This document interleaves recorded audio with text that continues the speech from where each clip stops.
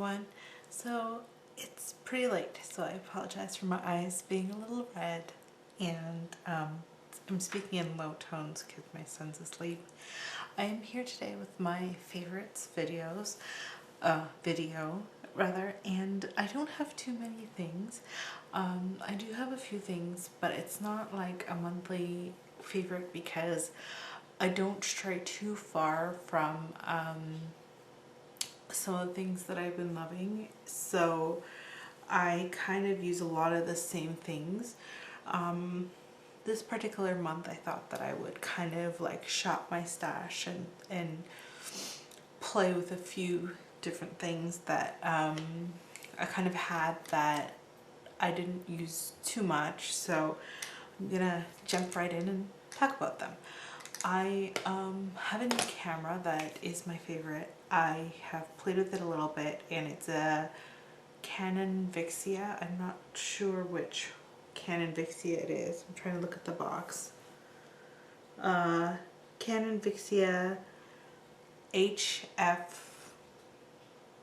R400, if that means anything. And it's a really nice camera, so I'm really pleased about that one. Yeah, so that's my first favorite, I guess, is that I have a new camera. So I'm going to start with the face things. So my first favorite face thing would be my powder, and that's the Revlon Nearly Naked. And I'm kind of indecisive about this powder. Sometimes I feel like it's a little bit too light for my skin, but the deep color is a little too dark. I'm kind of pale right now because I exfoliate a lot and my skin is really fair, and I usually use kind of like self tanners, but I haven't used them that often, and I exfoliate, so my skin has been starting to pale down recently, so this powder's been matching me a bit better. The texture is very silky, very velvety. It keeps me matte. I really do like it, and it's an all-around good powder to keep in your bag. This one's medium number 30, so it's a really nice powder. I like it better than the Photo Ready because the Photo Ready has some glitter particles in it that I don't really care for. But this powder is really nice and soft, and there's no glitter particles in it, so I really like this one. It's about $10 at Walmart. The other two things are both from Urban Decay. This one is limited edition, relaunched in one of the face cases. It's now discontinued though from the regular line, and it's a blush called Fetish. And I really like it for the fall. It's kind of like a berry color with gold bronzy shimmers in it, and it's really nice. I'm trying to see if my camera will pick it up. And I really like it. I use it, I'm not using it today, but I really like it on my cheeks because it kind of gives a little bit of a glow because it is a little bit shimmery. I use it sparingly though, because it is kind of small, and it's the only one that I have, and I think I may pick up the face case because it is relaunched. So, and I don't know if they plan on making it permanent, and it is my hands down favorite blush. So glad that I rediscovered this in my stash. The third product for face is the Naked Flushed palette. I don't think I'd repurchase this though for the price that it is, but it is a really nice kit. I kind of use this on the eyes too, actually, as an eyeshadow kit as well, but it is a nice kit to travel with. It has a nice big mirror that I'm blocking off because I don't want my camera showing, but you guys can see my janky blinds in the background. But it is a really, really nice palette. The colors in it are really smooth. The bronzer is not too dark. The bronzer is a matte bronzer, which is what I like. There's no shimmer in it. It's not too orange. It's a really, really nice palette. For the price that it is, I probably wouldn't repurchase it. So for the rest of the products that I like, I'm going to move on to the eye products. The other products that I have are a little bit more expensive. I do have this Clinique eyeshadow kit. I bought this and I never used it, and I don't know why. It's been sitting in my drawer. And it's partly because since I had my son, I don't really wear a lot of makeup because he tends to touch my face a lot.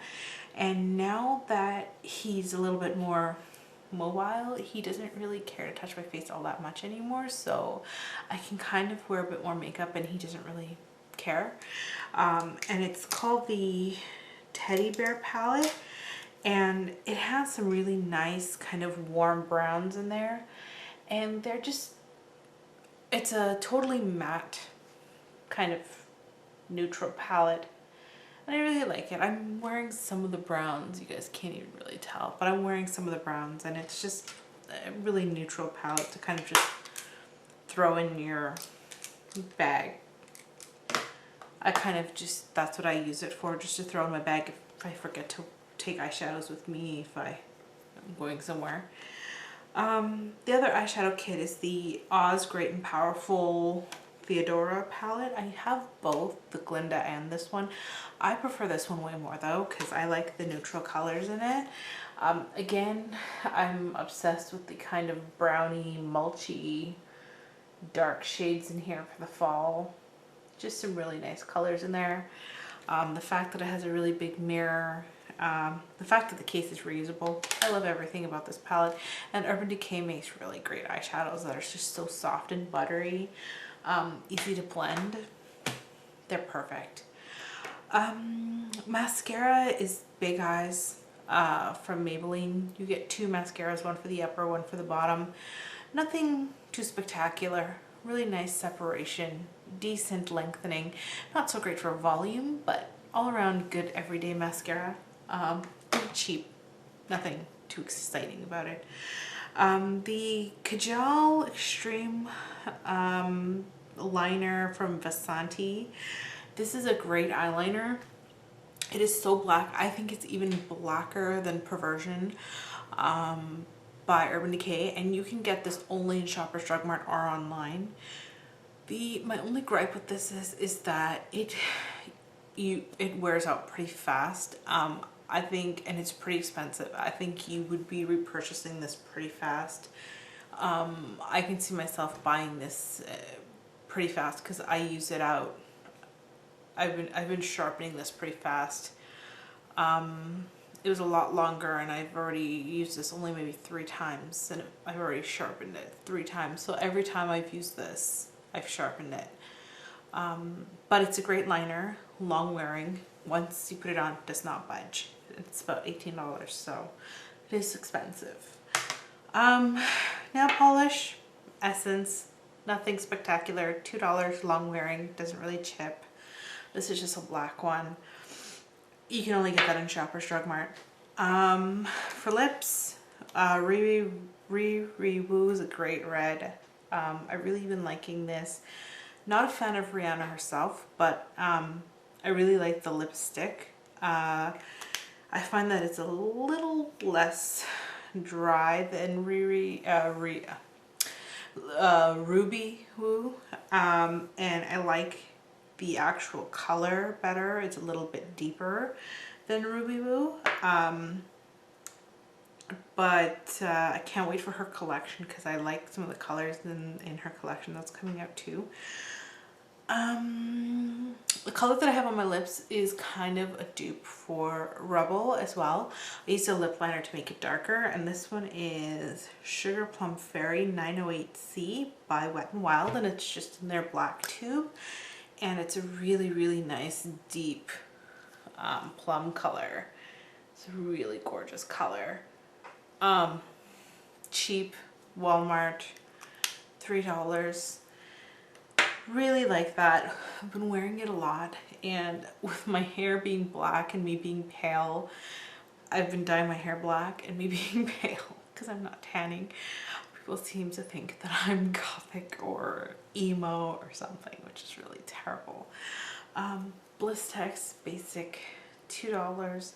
Best hands down lip moisturizer. Really, really like this because my lips get really painful when they're dry and chapped, and this heals them up really, really fast. Like It really works. Blistex is my old faithful. Always use this. Perfume is my Neroli Jasmine from the Body Shop. It's a really nice fall fragrance for me. I always go to this because it's very musky and it's a little bit heavier, but it's a really nice fall fragrance because it's a little bit spicy, if that makes sense. But if you guys go into the Body Shop and happen to have a whiff of this, you'll understand what I mean.